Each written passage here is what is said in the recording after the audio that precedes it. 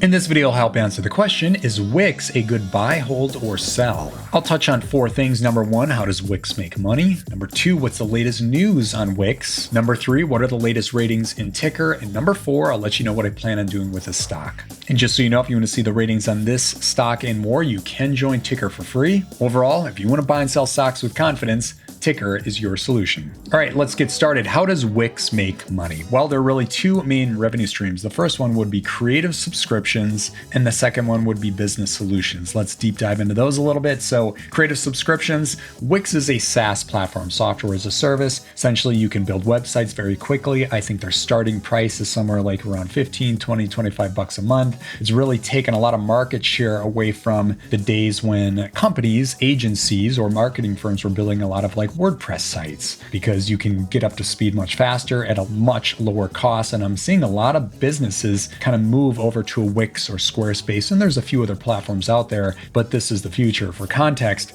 I had a business in the 2000s that was building websites and doing other agency services, and got out of that business, went through a merger in 2010. I kind of saw the writing on the wall. I'm like, okay, so it looks like Squarespace was founded in 2003 and Wix, I think, was founded in 2006. I'm like, these platforms are going to take market share away from me. I'm out. And sure enough, they have taken a lot of market share away from a lot of service businesses, because again, it's just a lot easier to add your credit card, create a Wix site, and I mean, within minutes, you can have a site up and running. It's incredible. All right, so back to Wix here. 70% of the revenue comes from that SaaS side of the business. The other 30% comes from this business solutions, which includes a Wix payment solution, essentially like PayPal or Stripe. They charge around 2.9% and 30 cents per transaction, which is kind of the going rate for online payments. They also make money from their app store. They got like an app marketplace, and they typically take about 20% commission. What it sounds like is a lot of different app stores out there, like Shopify comes to mind, is you can build an app, put it in the store, you can make money by being in that marketplace, and then Shopify, or in this case Wix, they're going to take a percentage of every sale, in this case 20%. That's about the going rate too. So I really like this business model. And then they make a lot of money from reselling G Suite and Microsoft email addresses. I'm sure there's other services along with both G Suite and Microsoft, but love that. You're partnering with big businesses to resell their product. And then of course you take a percentage of the sale. And then it looks like they've got a tool called Ascend by Wix. It's a CRM. When I mention the word CRM, what comes to mind is Salesforce. There's a lot of CRM tools out there, but they're really building a nice suite of tools here. I like where Wix is going. All right, now let's move on to the latest news on this stock. First on the list would be their acquisition of an AI startup called Base 44. And what this does is vibe coding, allowing you to build complex web applications in a lot less time. I like the sound of that. So I think that was a wise play. And then they're working on a lot more AI tools, for example, ways to automate e-commerce site building. And it looks like some partnerships with Stripe, as well as a visual automation builder. What that sounds like is streamlining business workflows. What I think of right away is, like, for example, we use an email marketing tool called Loops, and you can kind of put together workflows of like when things happen, like it triggers other events, like if an email is sent or something like that. There's a lot of tools that do that kind of thing. So it sounds like Wix is adding that kind of workflow technology to their suite of tools. And then I do see some news here. This won't go over well with everybody, but they are mandating their employees to come back to the office 5 days a week. I don't love that. I'm a big fan of a hybrid situation, or at least 100% remote. At Tykr, we've got close to 10 people in the team, and we are 100% remote. Nobody has to come into an office. But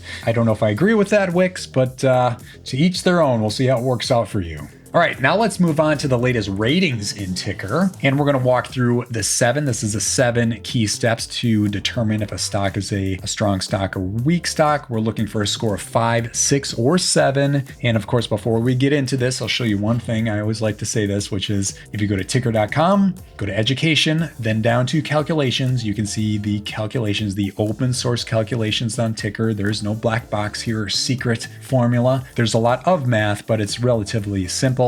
And what we're essentially doing is looking at the last 4 years on those financial statements. We're not looking at the years, actually. We'll look at the quarters, because we want to see the growth rates between quarters. That's what matters. It's not the specific numbers. It's the percentage of increase or decrease from quarter to quarter to quarter. And when you do that with a lot of different lines, again, it's a lot of math, but it's relatively simple math. Anyway, let's get into Wix here. So walking through the 7, the first thing we're looking for is that summary. Stocks are either on sale, watch, overpriced. It's like a traffic light. It's green, gray, or red. And we can see here Wix is on sale. Only about 15% of stocks in the market make it to on sale. To get to on sale, you need a score of 50 or higher, and you need a margin of safety of 50% or higher. So we can see here 62, just over that minimum, and then margin of safety, we're at 50%. So it's just barely on sale, but hey, it is on sale.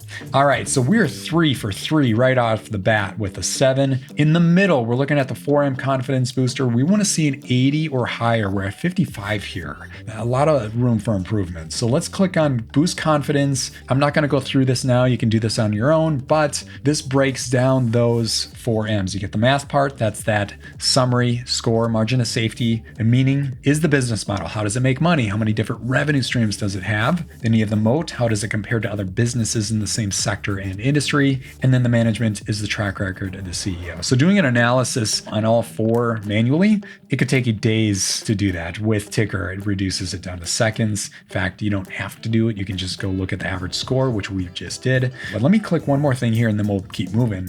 This is the rating system. Of course, gamification is huge. So we try to gamify a lot of the ratings, and we're looking for 80 to 100 is high confidence in the stock. 60 to 79 is moderate, and 0 to 59 is low. So going back here, we can see, yes, that average at 55, I wouldn't have a lot of confidence, but let's keep going. We'll look at the other ratings first before we make a decision. At the bottom here, we know the S&P 500 typically returns about 80% over 5 years, and we know that past performance does not guarantee future results, but we like stocks that consistently beat the market, not 1 year, but 5 years. And we can see here, we're not 80%. We're not even close. In fact, we're at negative 67%. So not looking very good there. Let's keep going. 2 more things to look at. Go to the financials tab. We can see here revenue's increasing nice and steady. This is great, but we're not going to the revenue line. We're going to EPS.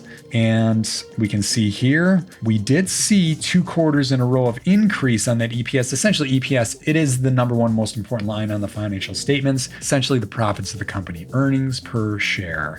And we can see here, we go from 61 cents up to $1.03, and then it looks like we're kind of break even. So we're not going to get a point here on the EPS. We've got 1 more line to look at, earnings calendar. We want to see 3 quarters in a row where they're beating their earnings estimate, and we only see 2.